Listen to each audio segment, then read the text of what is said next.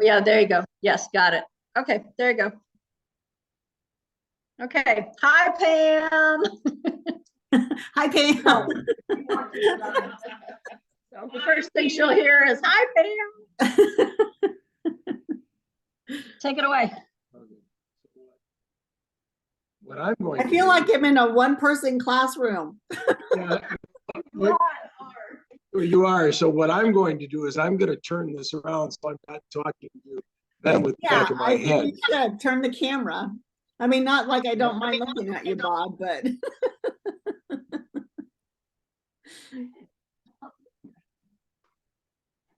So I'm going to turn this like that. How's that, Rob? no, I mean, I don't see them, like they're not on their gadgets anymore. Let's see. I can make it so you can see Mary Kay there. I don't mind seeing them. That's what I was saying. I'm trying to face them. Back to them. Oh, got it. Okay. So Well, you should all be sitting on the same couch like back in the day. Like you need to get over there on the couch with them. exactly, that would have been. Yeah, exactly. So we're gonna be in Luke 7.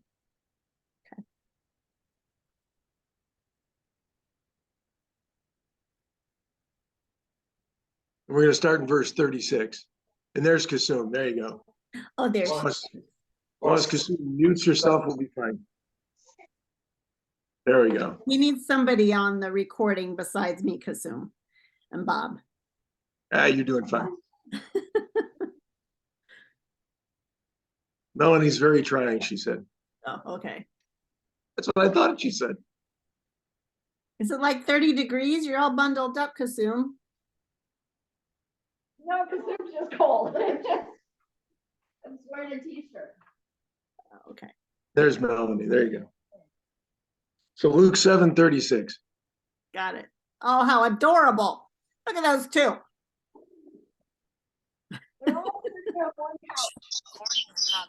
Okay, hold on.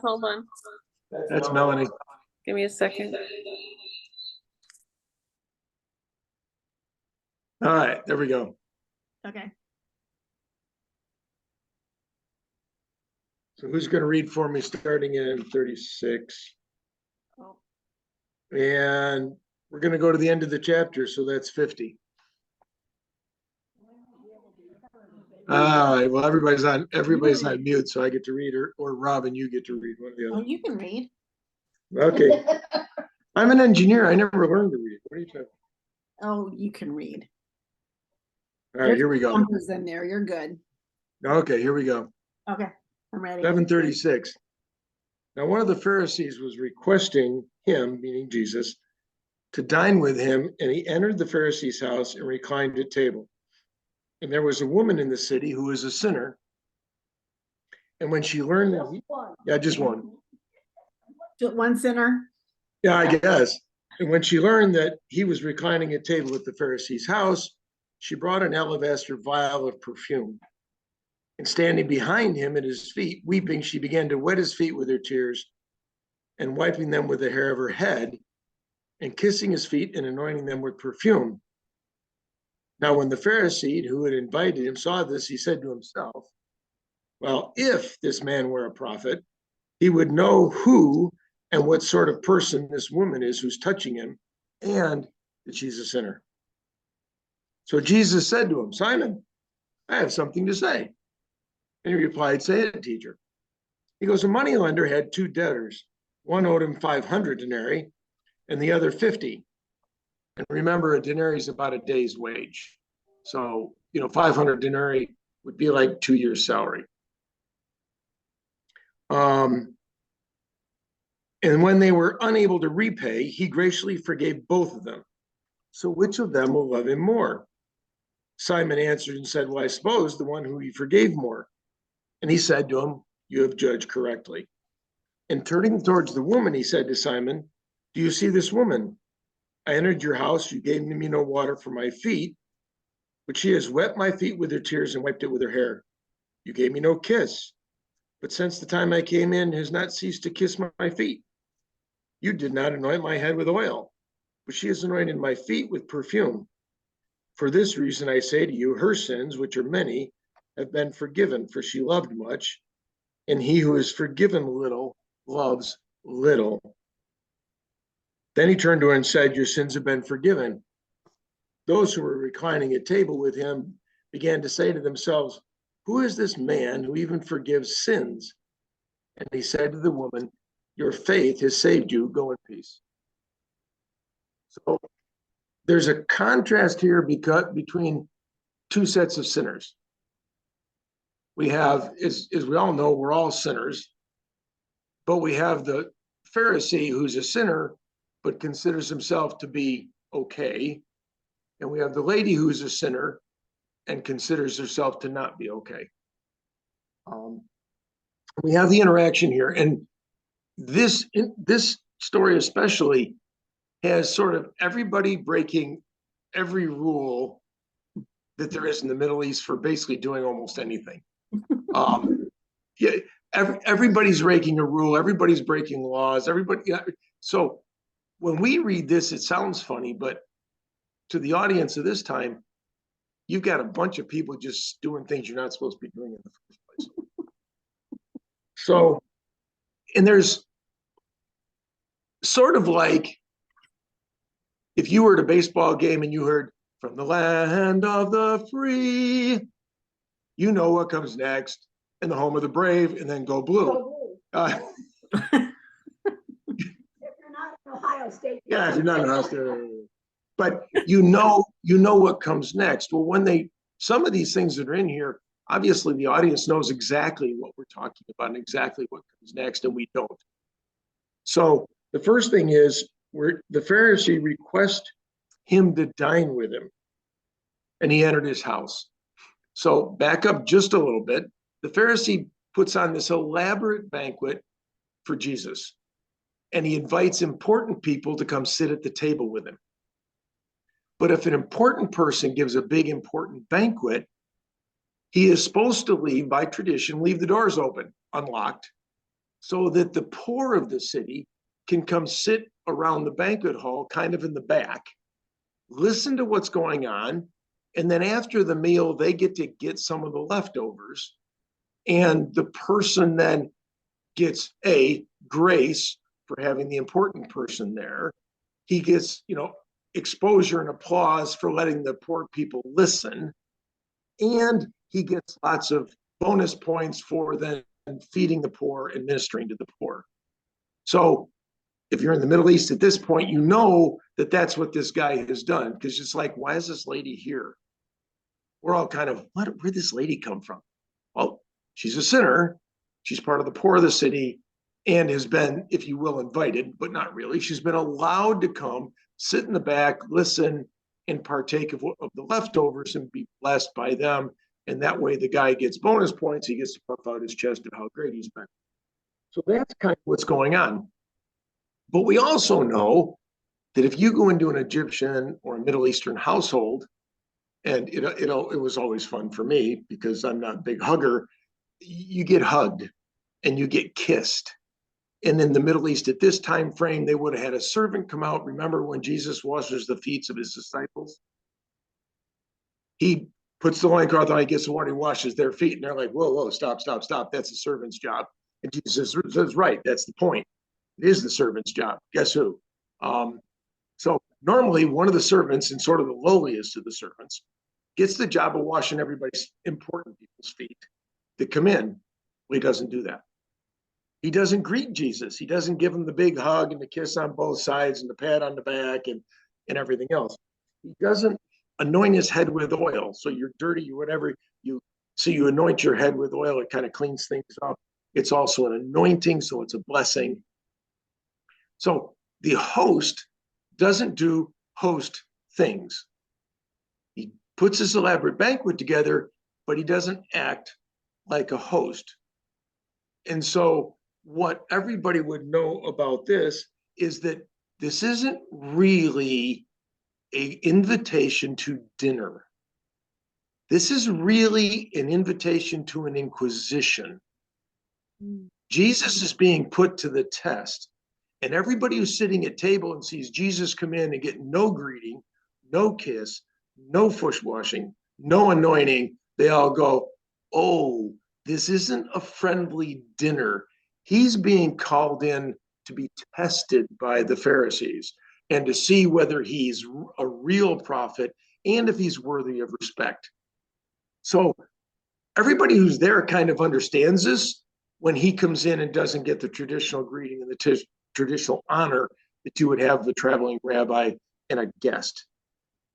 And all the people sitting around the back of the room also recognize this. It's like, oh, this isn't just a nice dinner. Oh, this ought to be interesting. I need some popcorn. Exactly. This is going to be entertaining, if you will. Okay, so everybody sees this, and everybody sees the fact that the host has actually just insulted Jesus terribly.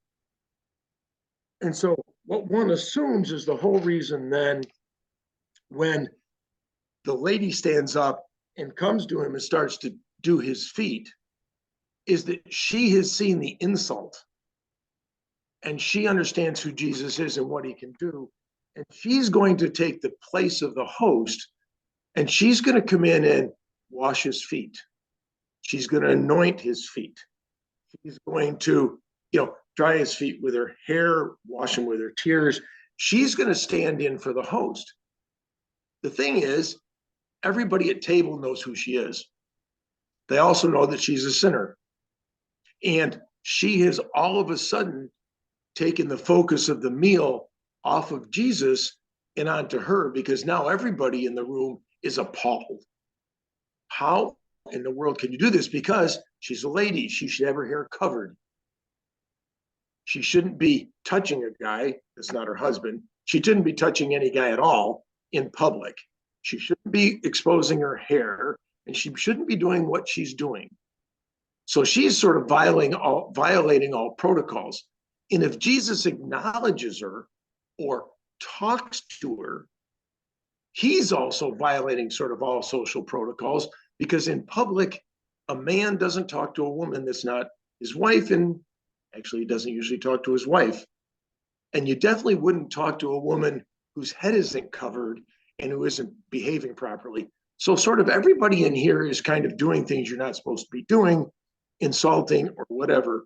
So all of a sudden the lady comes, she starts weeping, she washes his feet with her tears, dries them with her hair, anoints him with perfume.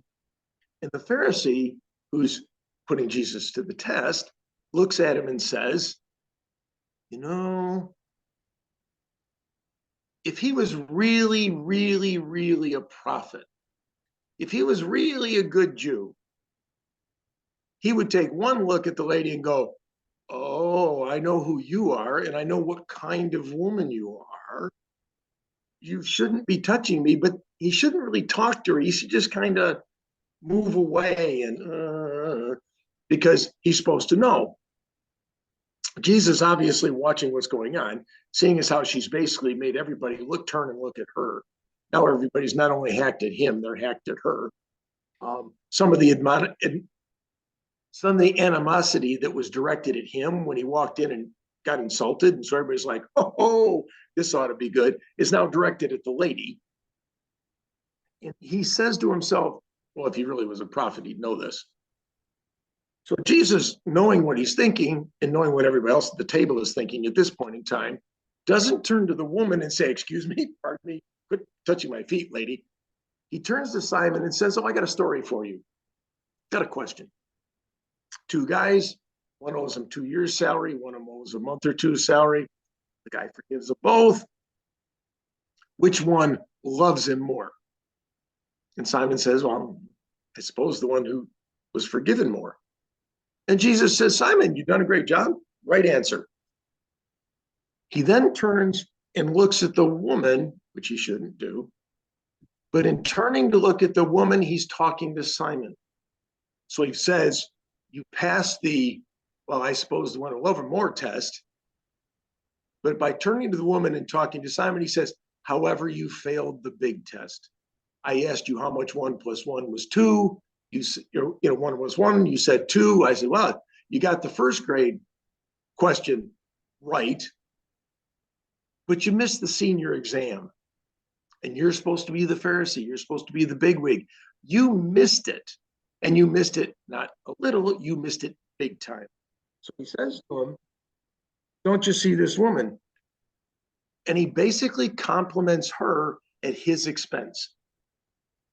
I entered your house.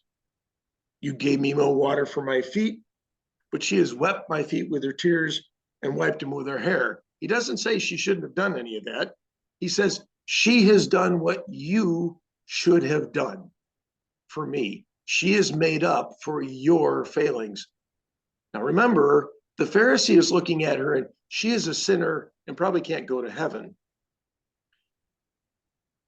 When sinners look at people like the Pharisees or some churchgoers, true sinners look at the church and say, well, they're just a bunch of hypocrites. Whereas the people in the church are looking at the sinners saying, well, yeah, and they're going to hell. But in the room, at this thing, you've got 2 sinners, one of which probably understands how this works, the other of which who doesn't. She then says, you gave me no kiss. Yeah, Jesus says, you gave me no kiss, but she has kissed my feet since I came in. You didn't anoint my head, but she has anointed my feet. Again, he highlights what she has done for him and basically insults Simon in the process. He says that for that reason, her sins, which are many, I actually know who she is. I recognize who she is. I recognize the state she's in. But her sins, which are many, have been forgiven, for she loved much. But he is who forgiven little, loves little, i.e. you, Simon, think you don't really need much forgiveness because you've been following the law and doing all these good things. You don't think you need much help. But I am telling you, she, the sinner, has made up for your short failings and is therefore forgiven. Now, if you look at Jesus, he's done 2 things. He's talked to a lady. Not supposed to talk to a lady. He's acknowledged her in this room. She's a sinner, shouldn't really acknowledge her. And he's insulted his host publicly. So not only did Simon insult Jesus, breaking all the rules, Jesus basically publicly insults his host. And I do a lot of reading by Ken Bailey, who's lived in the Middle East and done a lot of work in and around the culture of the Middle East. And he's like, I've never heard of anybody ever insulting their host, maybe being disappointed and leaving, but never standing up in the middle of a meal and saying to the host, this food's rotten, the wine doesn't taste very good, and you smell funny, I'm leaving. Not done. So pretty much everybody in this story is not acting like you're supposed to act in the Middle East. And Jesus has now taken the focus off of the lady and brought it back to himself.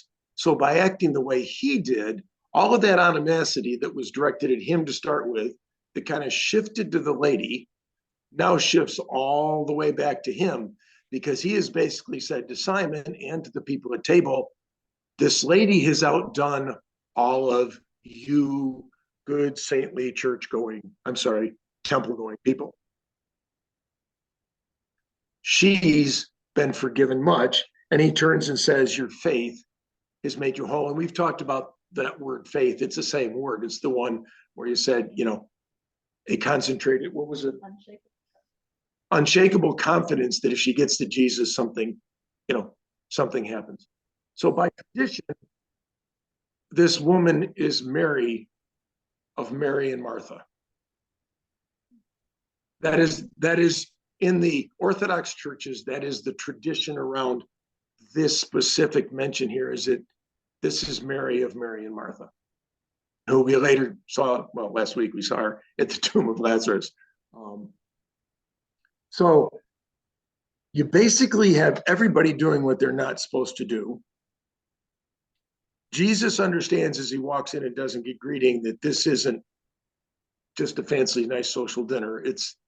He's being put to the test. He's not fooled. The woman does sort of everything she's not supposed to do, draws way too much attention to herself, and deflects some of that anger. And she also recognizes that Jesus, in doing what he did, is basically taking that anger that was headed towards her and putting it back on himself.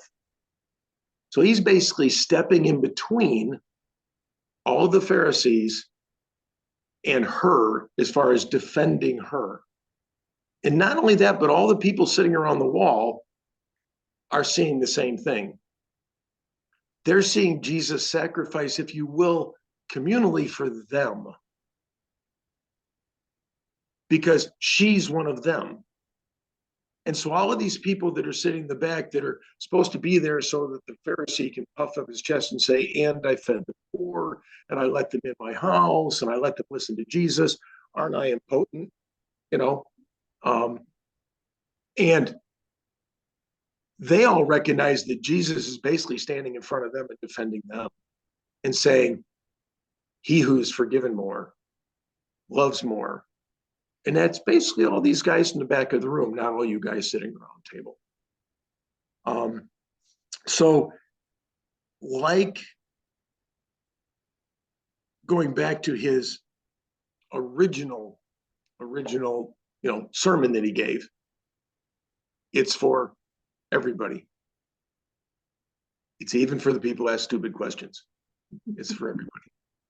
And he's defending them. He has compassion on, and he's preaching that social justice message and defending all of them. And so you've got in this one, it's one of the reasons I like this one is this is that compare and contrast. You've got Simon who thinks he's holier than thou, and yet is a sinner. You've got the other people who are not holier than thou, who know they're sinners. And each of them look at the other and go, sinner, hypocrite, sinner, hypocrite, and Jesus is standing in the middle, defending the poor. And again, so where's our place? If we're supposed to be Christ-like, are we really standing in the middle? And where is it that we're supposed to stand in the middle? Where, what person or persons or group are we called to sort of defend or stand up for or whatever? When Mary Kay and I were in Detroit, was it last week? Yeah, it was. That was last week. Holy mackerel. One of the things we did on Saturday, we went up and ministered to a group of young LGBT ladies up in. Oh yeah, we got something from Melanie. But ministered to a group of LGBT young ladies who are there at the college that they're in Grand Rapids, and got to spend 2 or 3 hours? Yeah, 2 or 3 hours. All love the Lord. All love the Lord, or sweet young ladies, but struggling with everything that sort of comes with that, as Pam was sharing about her daughter, of, you have family members who aren't necessarily being very nice, and you have, extended family people who aren't being very nice, and some of them go to the college that they're in Grand Rapids, and it's a Christian college, and they're not all really that friendly towards the LGBTQ community. And they want a church now. They want to start a Zoom church. They want to know if they can join us. I'm like, well, this isn't quite the right group for that. So they're looking for a Bible study. So we're gonna put Mel to work. But Oh, I know somebody. I know. Yeah. so I'm gonna go on mute so that those guys over there can go off mute if they want to, and you can share also around.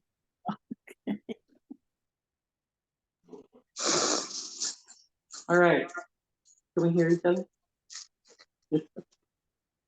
So mostly I was just receiving what Mary Kay was just saying there. We got some kind of feedback. I'll mute and see. Your volume down? Okay. So I was just hearing what Mary Kay was saying, and we'll begin praying on that, and I'm sure we'll talk about it more later. But something interesting that, yeah, I don't know. Yeah, just turn your sound off, because Robin can hear through our phone. No, your volume. Draw it all the way down.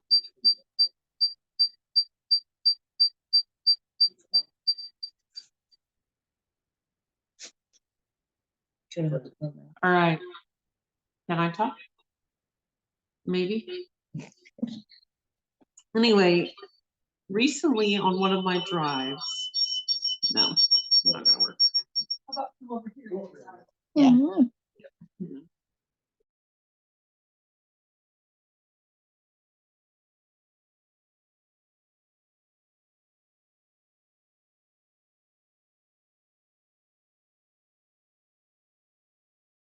Come up front of the class. All right. Hi, Robin. And I can't hear you, but you're there. So it was really interesting. On one of my drives, I was listening to Tom Sawyer and The Adventures of Huckleberry Finn on my drives, an audio book. And completely understand why those books are not being expected to be read. But it was really interesting to me in The Adventures of Huckleberry Finn. So Huck is running away and he meets up with and connects with this runaway slave whose name is Jim. And they end up becoming, partners on this journey. And the thing that was so striking to me was every now and then, Huck would basically have what we would call a come to Jesus moment and feel like, you know what, I'm going to come clean. I'm going to do right. I'm going to do what God wants. And I am going to be a good Christian. And I am going to turn Jim in and hand him back over because I'm being such an evil, horrible, bad person by trying to help him escape. And he periodically comes to this moment of trying to decide what to do. And when he literally has a chance to turn him in, he would get money for him and everything else. He, in his gut, believes that he's got to help him go free. He's got to help him become a free man. But in order to do that, he has to say, okay, I don't care. I'm gonna go to hell. I'm gonna be eternally damned, but I am going to help this man be free.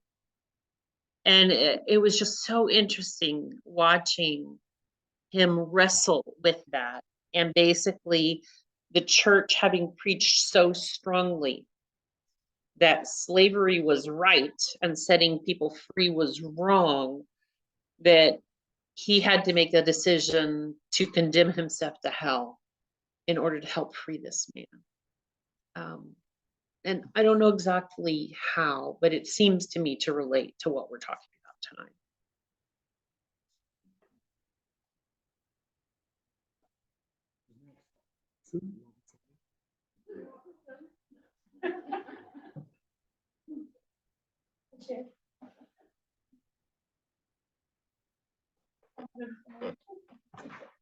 Go for it, Robin.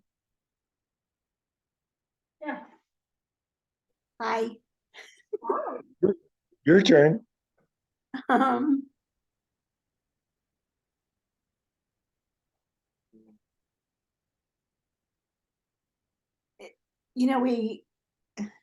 and Jesus is giving us a lesson.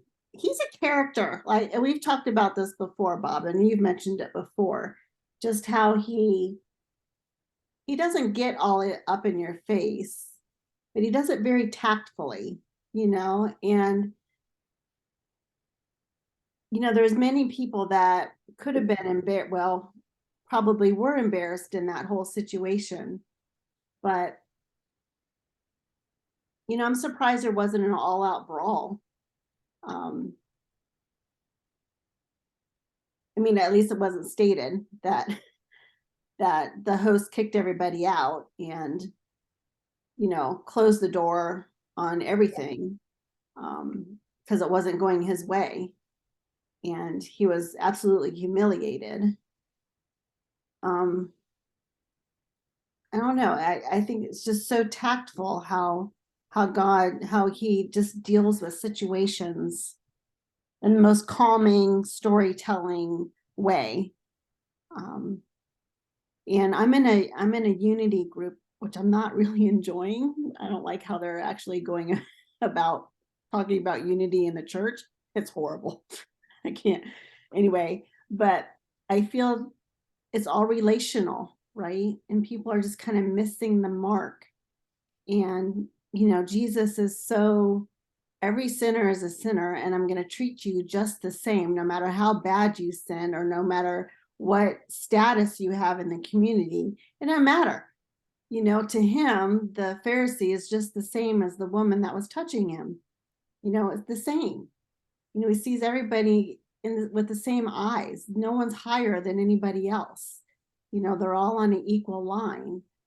And I just feel being in the middle, Bob, as you were saying, is just being relational. Yeah, you've sinned. Yeah, you have sinned too, but I have us also, and we're all on the same playing field, no matter what color you are, no matter what your preferences in food and life and, whatever, what car you're driving, whatever, what, traditions you have, it doesn't matter, and we're all on the same plane. And I just wonder how they went away that night. Like the important people at that dinner, how were they feeling when they left? Was that an eye opener, or were they extremely ticked off and trying to support the host? And how were the poor? What were they thinking? Like, can I be forgiven too? I didn't pour perfume on him, or I didn't touch him. I didn't weep on his feet, but can I have that as well? Like, I just wonder, what people went away with. So I just have a lot of questions, but what mostly stands out is just the whole relational, everybody's on the same plane with Jesus. So not an Yeah. idea. That's just what I'm feeling. Yeah, no, definitely. I can resonate with that. Yeah. And what you were saying, Mel, yeah, it is a sacrifice, right? It is a sacrifice when you stand up for somebody who has done wrong, right? Absolutely. But, we're playing for the audience of one, right? And that's the only one that we need to worry about judging us. So, that's my 2 cents worth. Yeah, and I think, when I think about the story that I shared and what we've been talking about, there is something, I found myself as I read that book, I wanted to set Huck free. I wanted to tell him it's okay for you to love people. That is a good God thing, And in the same way, the people in the church today who are struggling with, well, do I toe the line? Do I follow this rule? Or do I love people? That it's okay. That when we look at Jesus, what Jesus did was love people. And to help set people free, to know that is true. And that's what we're called to.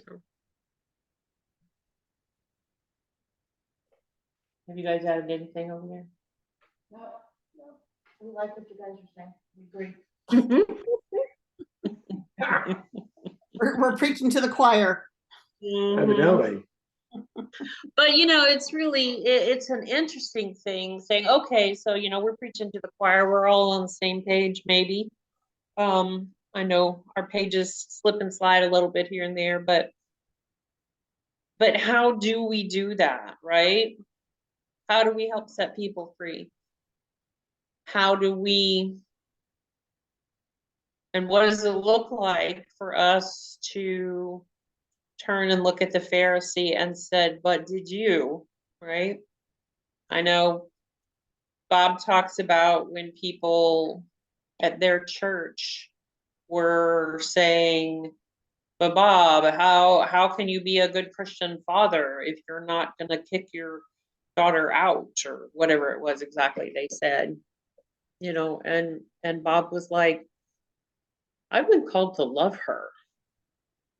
The Father stands with open arms to welcome.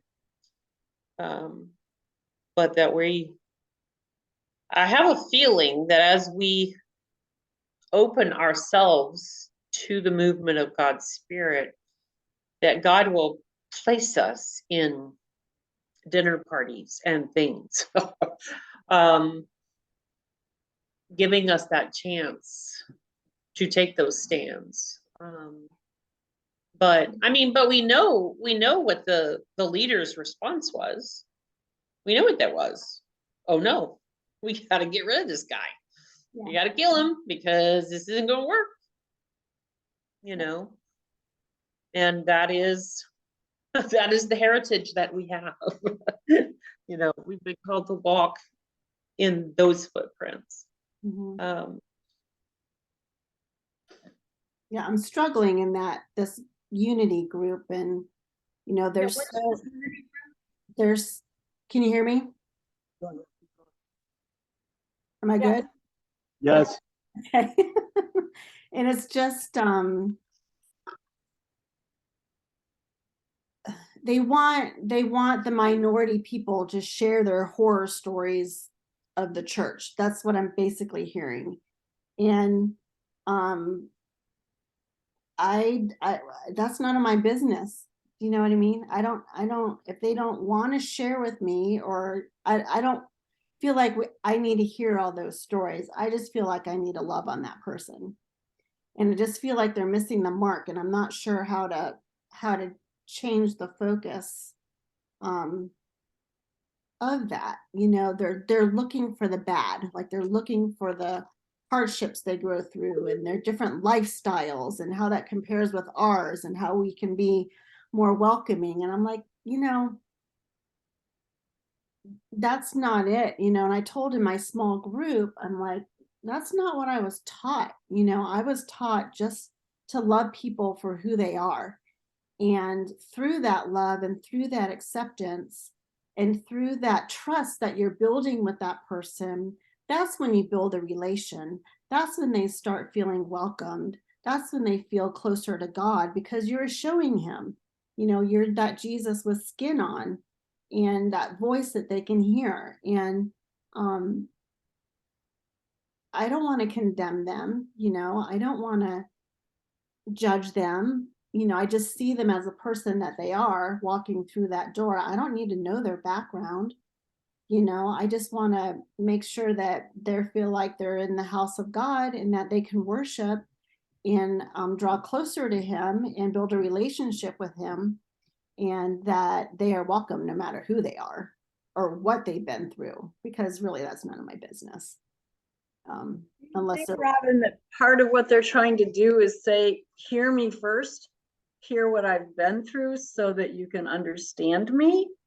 Or is it like, I mean, I remember testimony times in churches where someone would stand up and they'd start sharing their story, and you're like, good grief, I don't need all the details of this horrible, horrible story. I'm glad you've come to see Jesus. maybe, I mean, I've only been there twice, you know, so maybe that's what they're going to get to. Maybe they just want us to hear so we can understand or know what questions to ask or how to be more accepting, if that actually pops out. I don't know, maybe it's just the way it's presented that's rubbing me wrong. So I'll wait it out. I only have 2 more weeks left. So Are the minority people being pressured to tell their stories, or are they wanting to tell their stories? everybody is, you know, it's almost like a 50-50 kind of small group situation. But, you know, there's statistics being shown, just how the minorities have lived or whatever compared to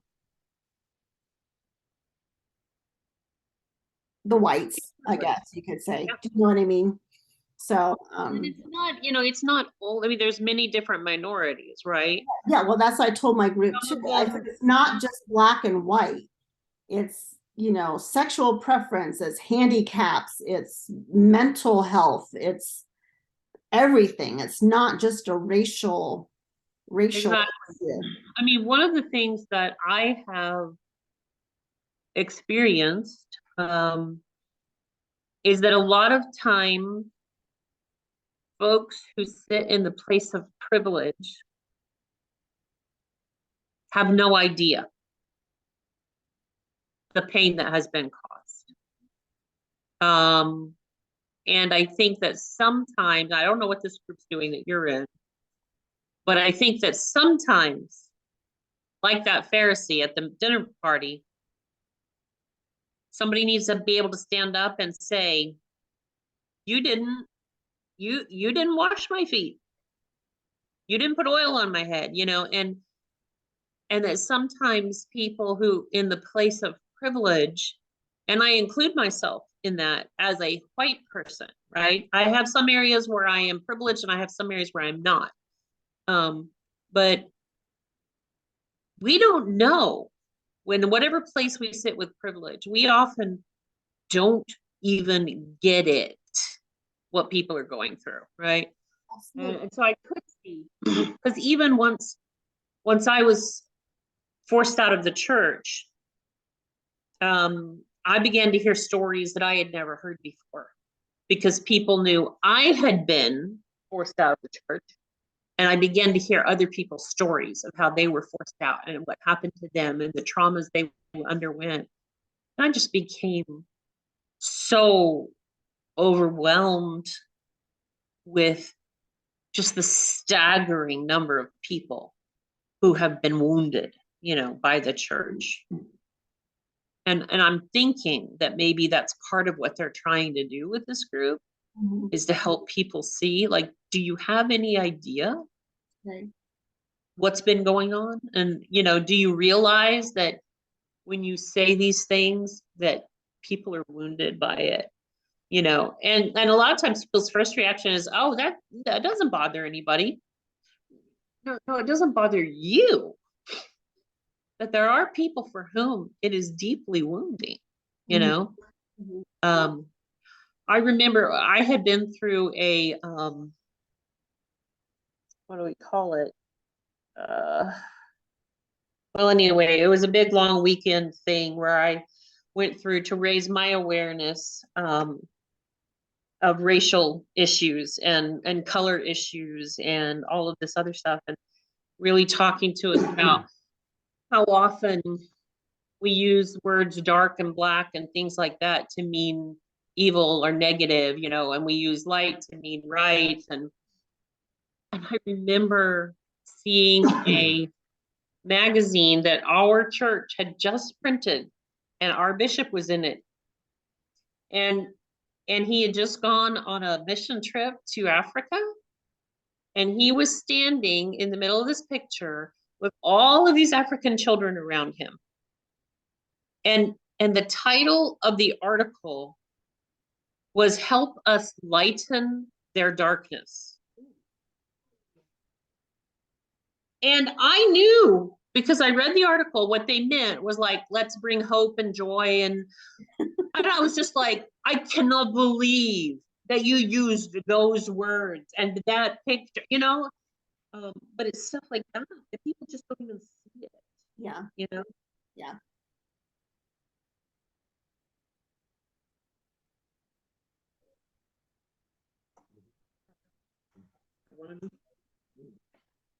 Share what the church bulletin was. Yeah, Mel's thing.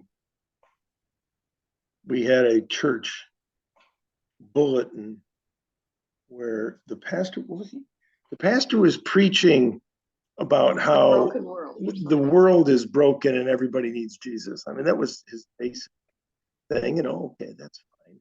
But his graphic for The World is Broken was somebody holding a globe, and parts of the globe were falling off. The problem was, it was a pair of very white hands holding a globe with Africa falling apart. And I went to the pastor and said, you need a new graphic, dude. You know, us white guys coming in to save Africa, that's your message? He's like, oh, no, that's not what I meant. I said, dude, you know, and he was like, huh? But, and I'm like, oh, this is so obvious. You've got to be kidding me. And he was like, well, I don't think that's what this thing shows. And I'm like, what do you mean? I said, I've got dozens of friends I can bring in here, and they're going to look at me and say, what? You white boy are trying to save me? What's going on here? I'm like, Yeah, so it's all over the place. it is. Um, And it And I- can be very subtle too, right? Yes. For him, that was extremely subtle, and yet it could make a huge impact. Right.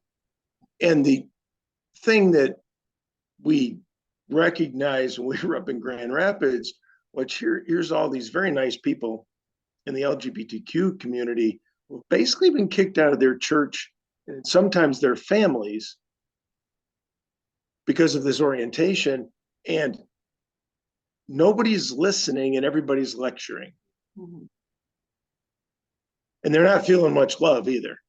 mhm. The other thing is they love Jesus and they want a place to worship.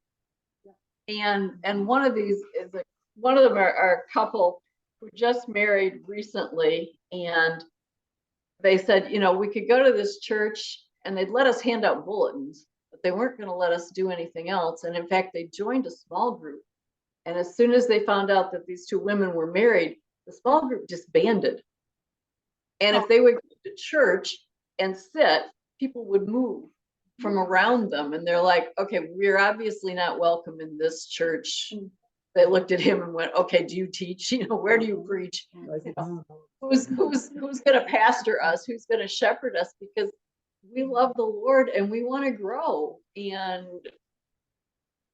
we can't do that here. And then I started to think, you know, we had 4 kids, 4 women in the room that day with us, as well as Susie and Mel, who were sharing. And I was thinking, okay, this is just one little teeny tiny bit of a community in Grand Rapids, Michigan. How many other places are there? And it could be the LGBT community. It could be a totally different issue. But again, there are microcosms all over the world. But where we are, okay, open our eyes, Lord, show us how we can step in, how we can speak, how we can love, and how we can bring people to you.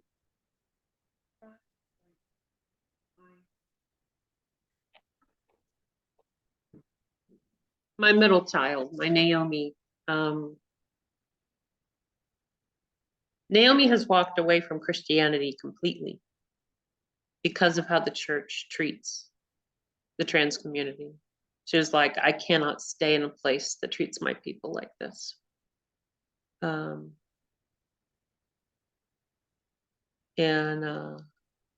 I can't argue. I mean, I can say, yes, God loves you, but I know what the church treats people like, and they treat her people worse than they treat my people, you know? And I don't even know what to pray as far as who for God to send, because I can't just pray for God to send a good Christian, because that's not necessarily going to work, you know? So I just keep praying that God would make a way, you know, but,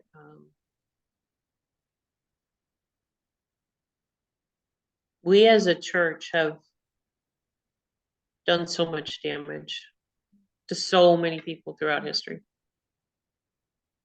The same is for Anna right now, who is just struggling with, you know, the anxiety and the mental health issues, and again has walked away from Christianity Do I need to because stop the recording? Are we okay recording? Probably, yeah, let's quit recording. Sorry. No, that's a good thing. You know, is it still recording? Yes, I haven't stopped it. Oh, okay, yeah, go ahead and stop it. Okay.